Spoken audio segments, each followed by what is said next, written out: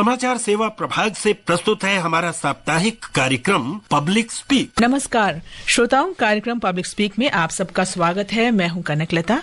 हमारा आज का विषय है टीबी मुक्त भारत अभियान। देश को टीबी मुक्त करने के लिए 7 दिसंबर 2024 को 100 दिवसीय टीबी उन्मूलन अभियान की शुरुआत की गई। इसका उद्देश्य टीबी के मामलों का पता लगाने, निदान में होने वाली देरी को कम करने और उपचार के परिणामों को बेहतर बनाते हुए टीबी के खिलाफ लड़ाई को तेज करना है। टीबी यानी तपेदिक को जड़ से खत्म करने के प्रति भारत का दृष्टिकोण केवल राष्ट्रीय प्रयास भर नहीं है, ये वैश्विक लक्ष्यों के साथ भी संबद्ध है। भारत टीबी को संयुक्त राष्ट्र सतत विकास लक्ष्यों की 2030 की समय सीमा से 5 साल पहले ही 2025 तक खत्म करने के लक्ष्य को हासिल करने के लिए प्रतिबद्ध है। इस संक्रामक रोग के लक्षण, कारण, निदान, सावधानी और सरकार के प्रयासों पर विस्तार से जानकारी देने के लिए हमारे साथ स्टूडियो में मौजूद हैं स्वास्थ्य एवं परिवार कल्याण मंत्रालय में टीबी प्रोग्राम की उप महानिदेशक प्रोफेसर उर्वशी बी सिंह। आपका स्वागत है उर्वशी जी स्टूडियो में। नमस्कार, धन्यवाद। श्रोताओं, स्टूडियो की फोन लाइंस खुली हुई हैं। नंबर है 23314444 और 23421050। दिल्ली से बाहर के श्रोता इन नंबरों से पहले 011 लगाना न भूलें। व्हाट्सएप नंबर 9289094044 पर भी प्रश्न भेजे जा सकते हैं। आप हमारे Twitter handle @AIR News Alerts पर भी #AskAIR के जरिए अपने सवाल पोस्ट कर सकते हैं। ये कार्यक्रम हमारे mobile app news on AIR और दूरदर्शन की DTH सेवा पर भी उपलब्ध है। कार्यक्रम की शुरुआत में उर्वशी जी, हम ये जानना चाहेंगे कि टीबी के मुख्य लक्षण क्या हैं, ये क्यों होता है और कैसे पता चलता है कि व्यक्ति को टीबी है। जी, देखिए, टीबी एक हवा से फैलने वाली बीमारी है। जैसे कि कोविड के समय में सभी को समझ आ गया था कि अगर कोविड व्यक्ति के निकट में रहेंगे तो ड्रॉपलेट्स के द्वारा यह बीमारी दूसरे व्यक्ति को फैल सकती है। तो टीबी भी हवा से फैलने वाली बीमारी है, जिसमें बोलते, खांसते, छींकते समय जो हमारे मुंह से ड्रॉपलेट्स निकलते हैं, उन ड्रॉपलेट के द्वारा ये बीमारी फैलती है। और ये ड्रॉपलेट्स सूखकर जो छोटे कण बन जाते हैं, उससे भी ये बीमारी फैलती है। सो अगर कोई एक क्लोज रूम है, जैसे घर के मेंबर्स जो हैं वो भी एक्सपोज होंगे, और वर्क प्लेस पे भी ये एक्सपोजर हो सकता है। तो ये हवा से फैलने वाली बीमारी है, जिससे कोई भी ग्रसित हो सकता है, चाहे अमीर हो चाहे गरीब हो। कुछ लोगों में इस बीमारी के होने के चांसेस ज्यादा हैं, जैसे कि कुछ वल्नरेबल पॉपुलेशन जो हमारे नेशनल प्रेवलेंस सर्वे में हाईलाइट हुआ, उनमें टीबी के चांसेस ज्यादा हैं। जैसे किसी जिसको डायबिटीज हो, जिसको HIV हो, या जो स्मोकिंग या अल्कोहलिज्म करते हो, जो अल्कोहल का सेवन, शराब का सेवन करते हो, ऐसे मरीज जिन्हें पास्ट में टीबी हुआ है, उन्हें रेकरेंस कभी कभी हो सकता है, बहुत छोटे प्रतिशत में। बट ये एक हाई रिस्क ग्रुप हम मानते हैं और इनमें हम फॉलो अप और स्क्रीनिंग करना चाहते हैं। वे लोग जो 60 साल से बड़ी उम्र के हैं और वे लोग जिनका BMI 18.5 से कम है, ऐसे लोगों में टीबी होने की संभावना ज्यादा रहती है। तो ऐसे लोगों में हम हमेशा एडवाइस करते हैं कि एनुअली एक बार स्क्रीनिंग करा लें एक्सरे से। एक्सरे में कुछ आता है तो हम लैब टेस्ट है, न्यूक्लिक एसिड एम्प्लीफिकेशन टेस्ट, जैसा टेस्ट कोविड के समय में यूज किया गया, उस टेस्ट से हम कॉन्फर्मेशन कर लेते हैं। लक्षण क्या है इसके? सो लक्षण में देखिए, पुराने समय में कहा जाता था कि 2 हफ्ते की खांसी। अब जो नई साइंस आई है, उसमें जो सामने आया है कि कितनी बार, खासकर जो हाई रिस्क ग्रुप्स मैंने आपसे अभी शेयर किए, उनमें बिना किसी सिम्टम के भी टीबी रह सकता है। एकदम शांत रहेगा और मरीज को पता भी नहीं चलेगा कि उसको टीबी है, और वो फिर सडनली प्रोग्रेस करेगा डिजीज में, मतलब सडनली सीवियर डिजीज हो जाएगा। तो ये इसका जो स्पेक्ट्रम है जो लक्षण का, वो कुछ भी लक्षण ना हो या फिर इनमें से कोई लक्षण हो। मैं आपको 10 लक्षण गिनाती हूँ। पहले सिर्फ 4 लक्षणों की बात होती थी, अब हम 10 लक्षणों की तरफ जा रहे हैं, क्योंकि टीबी सिर्फ फेफड़ों की टीबी नहीं होती। अगर फेफड़ों की टीबी समय पर डायग्नोज नहीं करी जाए तो वह शरीर के किसी भी अंग को ग्रसित कर सकती है। तो इसलिए आइडियल ये है, जो सबसे ठीक रहेगा, जितना जल्दी हम टीबी के लक्षणों की पहचान करें और टीबी का डायग्नोसिस करें, जितना जल्द हो सके।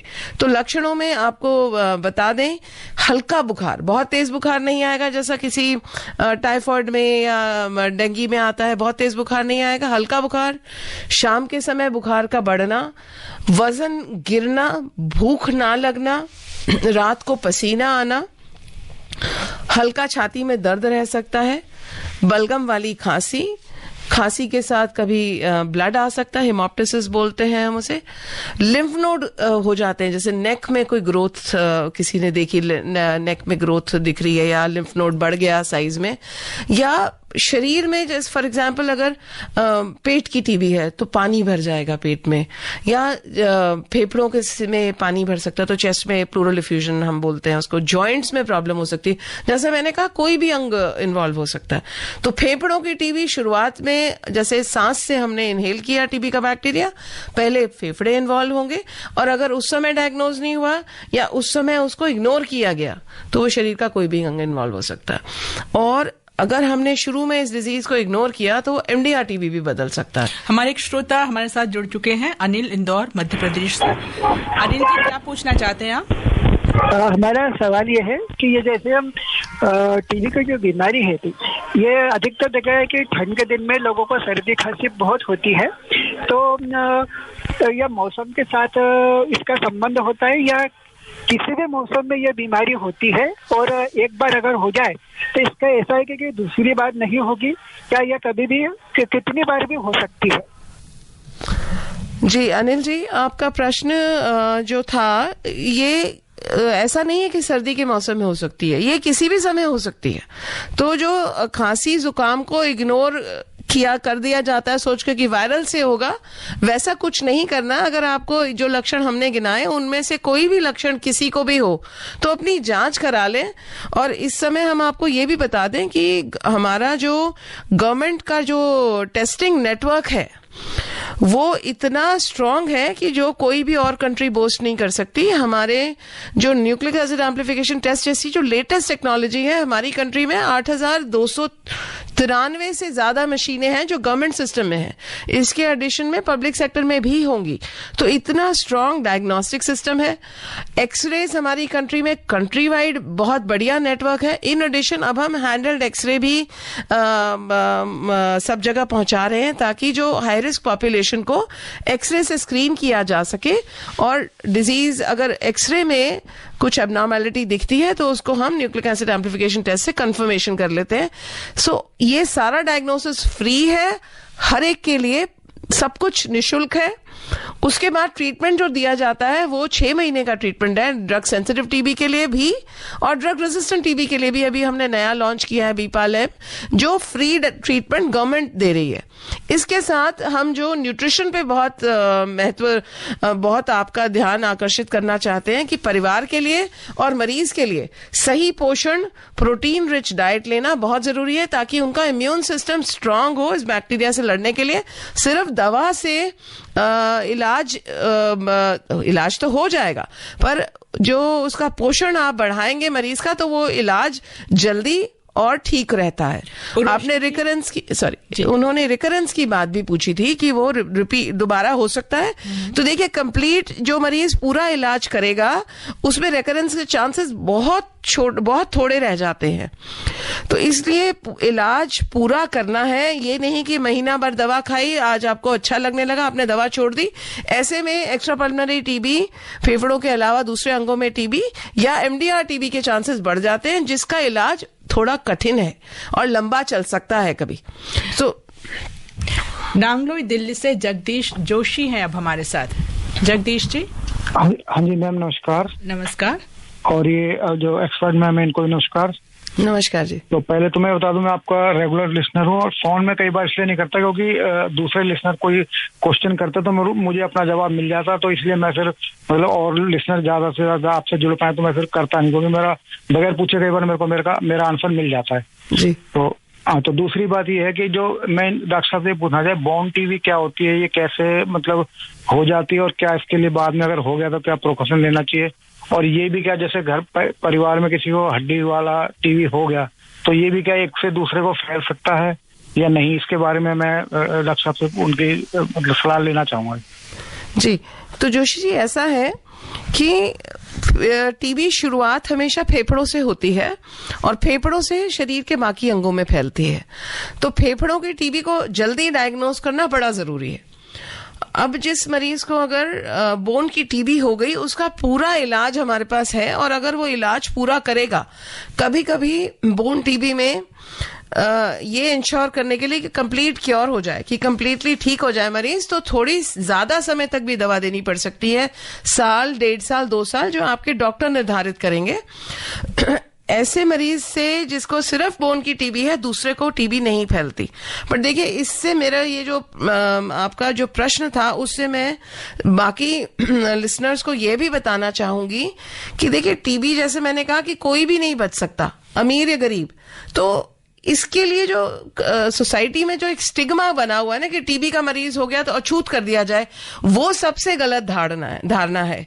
उससे हम सबको मिलके जूझना है कि इस टीबी से कोई स्टिग्मा ना, मतलब मरीज को आपके सहारे की जरूरत है तो उन्हें डायग्नोसिस पे ले जाएं, उन्हें ट्रीटमेंट कराएं, उन्हें पोषण का सपोर्ट दें।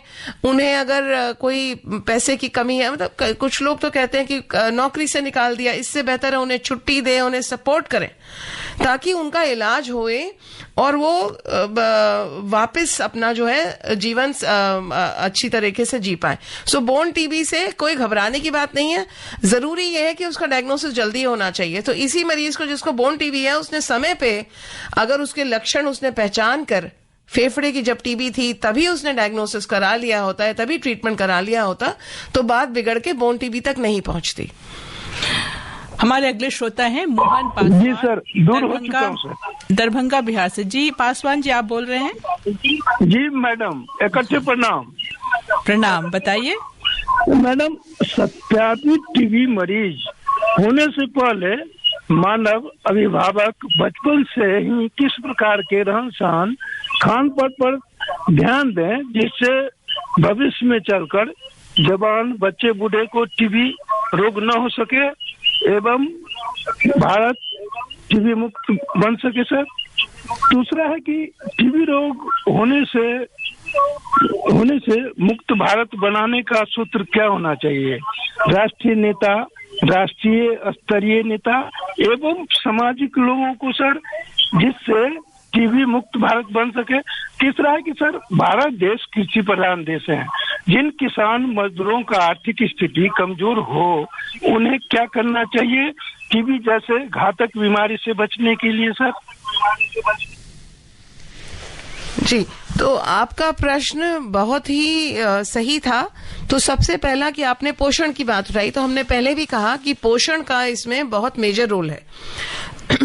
तो ये पाया गया है हिंदुस्तान की ही रिसर्च में कि जो हाउस होल्ड कॉन्टैक्ट्स हैं टीबी मरीज के, अगर वे कुपोषित हैं तो उन्हें टीबी होने के चांसेस ज्यादा होते हैं। तो जो आपका पहला प्रश्न था कि पोषण का क्या महत्व है, तो पोषण का सबसे ज्यादा महत्व है टीबी से बचने के लिए। यहां तक मैं कहूंगी कि टीबी की जब तक वैक्सीन का इजाद नहीं हो जाता तो आपका जो पोषण है वही टीबी से आपको बचाएगा। तो पोषण में ऐसा नहीं है कि आपको कोई बहुत महंगी चीजें खानी है या बहुत ही एग्जॉटिक चीजें खानी है, प्रोटीन रिच डाइट खानी है। तो प्रोटीन हमारे जो शाकाहारी हैं वो दाल में या दूध की चीजों में, वो उसमें शाकाहारी लोग आराम से खा सकते हैं, और जो मांसाहारी हैं वे तो अपना अंडा मीट वगैरह से भी उनका प्रोटीन का रिच डाइट चली जाएगी। तो कुपोषित लोगों में मैंने आपको पहले भी हाई रिस्क ग्रुप में बताया कि कुपोषित लोग जो हैं उनमें भी टीबी के चांसेस ज्यादा होते हैं। तीसरी बात, जो टीबी का मरीज है उसके लिए भी डाइट बहुत जरूरी है। उसे टीबी की वजह से ही एनोरेक्सिया मतलब कम भूख लगने लगती है, तो वो अपना खान पीन नहीं खा पाते। तो ऐसे मरीजों में भी परिवार वाले या उसके सहयोगी, उसके दोस्त उसको एनकरेज करें कि न्यूट्रिशन लेना जरूरी है, और जैसा हम कहते हैं कि प्रोटीन और कैलोरी दोनों ही लेना है, तो कैलोरी रिच फूड लेना है और प्रोटीन रिच डाइट लेनी है। सिर्फ इतना ध्यान दिया जाए तो मरीज की रिकवरी जल्दी हो जाती है, और मरीज के कॉन्टैक्ट्स में या हाई रिस्क ग्रुप्स में भी न्यूट्रिशन पे ध्यान दिया जाए। तो जो गवर्नमेंट है वो निक्षय पोषण योजना 2018 से चला रही है, जिसमें टीबी के मरीज को 500 रुपए प्रति माह दिया जाता था। 1 नवंबर 2024 से यह जो अमाउंट है डबल कर दिया गया है, तो 1000 रुपीज पर मंथ दिया जा रहा है throughout the course of treatment to all patients. In addition, जो बीएमआई कम वाले मरीज हैं, 18.5 से जिनका कम बीएमआई है, उन मरीजों में हम एनर्जी डेंस न्यूट्रिशन सपोर्ट भी दे रहे हैं। और तीसरा, जो निक्षय मित्रा इनिशिएटिव, अगेन हमारे ऑनरेबल प्राइम मिनिस्टर का इनिशिएटिव था, और ये हमारी ऑनरेबल प्रेसिडेंट ने लॉन्च किया था, जिसमें कॉर्पोरेट सोशल रिस्पॉन्सिबिलिटी के अंतर्गत फूड बास्केट्स दी जाती हैं मरीज के परिवार को, ताकि मरीज भी हेल्दी रहे और मरीज का परिवार भी हेल्दी रहे। एक आपने प्रश्न पूछा कि इलेक्टेड रिप्रेजेंटेटिव्स का क्या रोल है, तो आपने अभी देखा ही होगा कि हमारे ऑनरेबल हेल्थ मिनिस्टर सर ने पहले चीफ मिनिस्टर्स के साथ मीटिंग ली, एमपीज के साथ मीटिंग ली, और अभी रिसेंट 1 हफ्ता पहले उन्होंने ministers of other line ministries के साथ मीटिंग ली टू एनकरेज सभी जो हमारे इलेक्टेड रिप्रेजेंटेटिव्स हैं वो बहुत मेजर रोल प्ले कर रहे हैं अपने अपने फील्ड में, अपने अपने एरियाज में। ऑल एमपीज, एमएलएज और बाकी, मतलब यहाँ तक कि पंचायती राज के भी जो प्रमुख हैं वो लोग भी सपोर्ट करने की कोशिश कर रहे हैं। तो ये सब तरफ से ये होल ऑफ गवर्नमेंट अप्रोच चल रही है। हम सबको जागरूक करना चाह रहे हैं कि सब अपना अपना कंट्रीब्यूशन दे पाए। हमारे साथ हैं अब एनपी सिंह दिल्ली से। Good evening to the panelist. Good evening ma'am, मेरे 2 क्वेश्चन थे। आई हैव अ वर्कशॉप, हमारी वर्कशॉप है, उसमें कुछ जो कारीगर थे उनको टीबी हो गए एंड दे वर ब्रदर्स। तो एक एक करके वो सारे गुजर गए और उनको सांस की टीबी थी। जो अब एक आगे प्रिकॉशन रखने के लिए, एक तो ये बताइए कि इन्फेक्शियस होती है सांस वाली, और उसका उनका जो वर्कर है वो अगर काम नहीं करेगा तो घर में कुछ लेके नहीं जाएगा तो भी वो एक तरह से वो नहीं रुक सकते। बिल्कुल। तो उनको कैसे, उनका अगर वो काम भी करना है और अगर दवाई भी लेनी है तो उनको कैसे अलग अलग करे और अपना ध्यान कैसे रख सके। और दूसरा मेरा क्वेश्चन ये है कि जो लेडीज में फैलोपियन ट्यूब के अंदर कहते हैं कि टीबी का चांस बन गया है, तो ये मैं नहीं समझ पा रहा कि भाई ये जो बॉडी के अंदर जो डिफरेंट पार्ट्स में टीबी जाती है वो क्या होती है और सांस की टीबी क्या होती है, और all are same kind of infectious diseases और इट हैज सम जर्म्स। मेरे को ये अभी तक टीबी को डिफाइन नहीं कर पाए, लोगों को ये पता ही नहीं। बड़ा सिंपल है, बीमारी आएगी तो लंग्स से ही, और पहले लंग्स को इन्वॉल्व करेगी।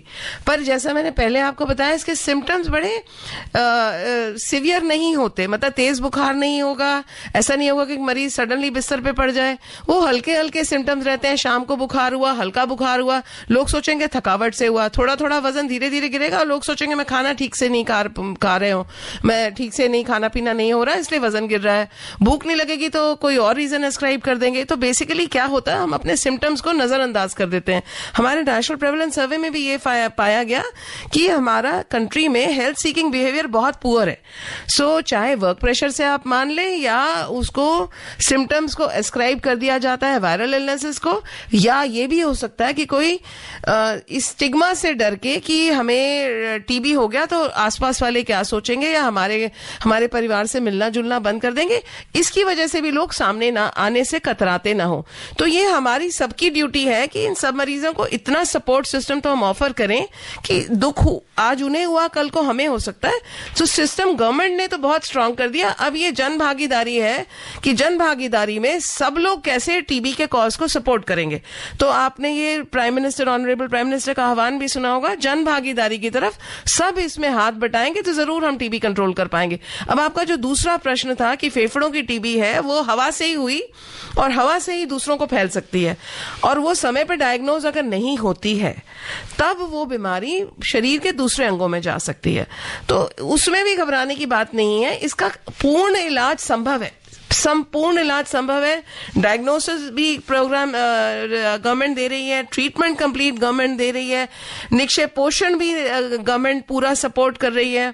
तो इसमें किसी को भी घबरा के घर में नहीं बैठना है। कोई भी सिम्टम हो, सामने आना है, हेल्थ फैसिलिटी में जाना है, हेल्प लेनी है। हमारा जो अभी 100 दिन का अभियान जो शुरू में मैडम ने इंट्रोड्यूस किया, उसमें हम क्या कोशिश कर रहे हैं, हम मरीज के पास जाना चाह रहे हैं। हम सारे ऐसे ग्रुप्स को स्क्रीन कर रहे हैं एक्सरे से, जिन्हें हमने शुरू में गिनवाया, शुरू में जब मैंने बोले जो जिन वर्गों में टीबी के चांसेस ज्यादा हैं, और ऐसे लोग जिनमें सिम्टम्स है, हम उनको एक्सरे की स्क्रीनिंग ऑफर कर रहे हैं। जो एक्सरे में पॉजिटिव आती है, एबनॉर्मल आती है फेफड़ों के एक्सरे में, उनका हम नैट से टेस्ट करते हैं। तो ये हमारी तरफ से पूरी कोशिश जारी है कि हम मरीज तक पहुंचे। अब हम मरीज को रिक्वेस्ट करते हैं कि वो हमारे तक पहुंचे, तो ये गैप कहीं पे ना रहे, हम सारे मरीजों को डायग्नोज करें और ट्रीट करें। जी, अगले श्रोता हैं धर्मवीर दिल्ली से। धर्मवीर जी, क्या जानना जी? नमस्कार मैडम जी, मैं धर्मवीर गांधी दिल्ली से बोल रहा हूँ। डॉक्टर साहब नमस्कार। डॉक्टर साहब, मैं ये पूछना चाहता हूँ, ये जेनेटिक की भी होती है कि किसी वंश में किसी के रही हो तो उसके बाद कितने वंश पीछे ये टीबी रही हो उनके, तो वो आने वाली जनरेशन के किसको हो सकती है? और ये ऐसी वंश में चलने वाली बीमारी नहीं है, ये बस इन्फेक्शियस डिजीज है, एक बीमार से दूसरे व्यक्ति को फैलती है और इसका पूरा इलाज, कंप्लीट इलाज हो जाता है। तो एक से दूसरे को चलने वाली बीमारी नहीं है, जीन्स के थ्रू फैलने वाली बीमारी नहीं है, यह इन्फेक्शन के थ्रू फैलने वाली बीमारी है। जो श्रोता अभी अभी हमसे जुड़े हैं उन्हें हम बता दें कि आप सुन रहे हैं कार्यक्रम पब्लिक स्पीक। आज हम टीबी मुक्त भारत अभियान पर चर्चा कर रहे हैं। आपके सवालों के जवाब दे रही हैं स्वास्थ्य एवं परिवार कल्याण मंत्रालय में टीबी प्रोग्राम की उपमहानिदेशक प्रोफेसर उर्वशी बी सिंह। उर्वशी जी, कोई खास उद्योग या कार्यस्थल जहां काम करने वाले लोगों को इस बीमारी के होने का खतरा ज्यादा होता हो? जी, तो जैसा मैंने पहले कहा कि कुछ वर्गों में यह टीबी की संभावना ज्यादा है, ऐसे ही कुछ कार्यस्थल ऐसे हैं जहां ये टीबी के चांसेस इसलिए बढ़ जाते हैं क्योंकि उनका एक्सपोजर टू डस्ट है। फॉर एग्जांपल सिलिका इंडस्ट्री में या फाइबर्स जहां पे यूज होते हो, जैसे कारपेट बन रहा है या फैब्रिक बन रहा है, उन फाइबर्स की वजह से ऑलरेडी जो हमारे फेफड़ों में चांसेस ऑफ टीबी बढ़ जाते हैं। Let me not go into the फिर जैसे माइनिंग एरियाज हो गए, अब ट्राइबल कम्युनिटीज जो थोड़ा हेल्थ सेंटर से दूर हैं, वो अपना अप्रोच नहीं कर पाती, ऐसी कम्युनिटीज में भी टीबी ज्यादा पाया गया है और कुपोषण की वजह से भी इनमें टीबी के चांसेस ज्यादा हैं। तो किसी खास विटामिन की कमी से भी होता है ये? नहीं, विटामिन की कमी से तो नहीं ऐसा पाया गया, बट जो हमने शुरू में कहा कुपोषण से यह जो है ज्यादा हो सकता है। तो पोषण पे ध्यान देना सबका अपना, जैसे कहते हैं ना, मेरी सेहत मेरा दायित्व, मतलब हर इंसान अपनी सेहत का ध्यान रखे। लक्षण है सामने आए, डॉक्टर से सलाह लें, मदद लें। कुछ जो दवाइयां होती हैं, क्या उनसे साइड इफेक्ट्स भी होते हैं टीबी के? देखिए, ये ना मिसकंसेप्शन है, ऐसे साइड इफेक्ट्स इतने मेजर कोई साइड इफेक्ट्स नहीं है। बहुत छोटे प्रतिशत में अगर थोड़ा बहुत साइड इफेक्ट हो तो हम जो दवा जिसकी वजह से साइड इफेक्ट हो रहा है, हमारे पास ऑप्शन है उस दवा को बदल के दूसरी दवा देने का। तो इस डर के मारे कि साइड इफेक्ट हो जाएगा, दवा ना लेना, इससे बड़ी गलती कोई नहीं है। और अगर साइड इफेक्ट हो तो दवा को छोड़ देना, इससे भी बड़ी गलती कोई नहीं, क्योंकि जो व्यक्ति इलाज बीच में छोड़ेगा उसकी टीबी कल को बहुत बुरी तरह बिगड़ सकती है और ड्रग रेजिस्टेंट टीबी बन सकती है, जैसे मैंने कहा, जिसको कभी कभी लंबा इलाज भी देना पड़ सकता है। तो अगर साइड इफेक्ट कभी उन्हें प्रतीत होता भी है तो वो डॉक्टर से जाके परामर्श जरूर करें। डॉक्टर अगर ठीक समझेंगे तो दवा बदल देंगे, पर खुद से दवा नहीं रोकनी है, बीच में ट्रीटमेंट नहीं रोकनी। छत्तीसगढ़ से हमारे एक संवाद श्रोता है इंद्रभान जी। इंद्रभान जी, कॉलरी जिला कोरिया छत्तीसगढ़ से मैं इंद्रभान सिंह बोल रहा हूँ जी। बोलिए मैडम, ये बताइए टीबी की कितने स्टेज होती है और इस मतलब कि किस स्टेज में डॉक्टर को दिखाना चाहिए? देखिए, टीबी की स्टेज जैसी कोई चीज नहीं है। टीबी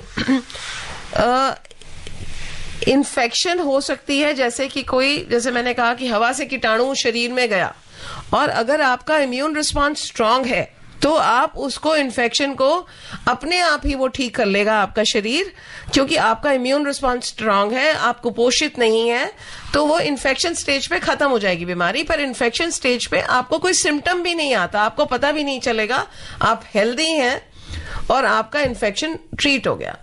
अब रही बात कि या आपको कुपोषण है या आपको कोई कोमॉर्बिडिटी, हम वर्ड यूज करते हैं, जैसे डायबिटीज हो गया, HIV हो गया, जिसमें वो डिजीज प्रॉपर अपना पूरा डिजीज का फॉर्म ले लेता है, जिसमें बीमारी टीबी की हो जाती है, और उसमें आपको सारे ये लक्षण भी आएंगे जो मैंने पहले बताए। तो stage is not important, what is important is जहां, तो पहली बात कि जो हमारे हाई रिस्क ग्रुप्स हैं, जो वल्नरेबल ग्रुप्स हैं, उन्हें एनुअली अपनी स्क्रीनिंग करानी चाहिए by x-ray, which is non this thing, x-ray जैसी चीज है जिसमें आपकी बीमारी पकड़ी जाएगी। ये एनुअल स्क्रीनिंग करानी चाहिए हाई रिस्क ग्रुप्स को। और वे लोग जिन्हें कुछ भी सिम्टम्स हैं, जो हमने 10 सिम्टम्स गिनाए, उसमें से कुछ भी सिम्टम है, उन्हें भी अपना जाके एग्जामिनेशन और स्क्रीनिंग कराना चाहिए। हरियाणा सिरसा से ओम प्रकाश चावला फोन लाइन पर है। ओम प्रकाश जी। हाँ जी, नमस्कार जी। ओम प्रकाश चावला सिरसा, हरियाणा जी। जी हाँ, बहुत बहुत आभार आपका जी। तो मैं ये पूछना चाहता हूँ, अक्सर देखा गया है टीबी के मरीजों में पहले थोड़ा निमोनिया बिगड़ता है और उसके बाद टीबी के चांसेस थोड़े और भी ज्यादा मतलब वो हो जाते हैं, कॉम्प्लिकेशन वाले हो जाते हैं। क्या ये सही है बात?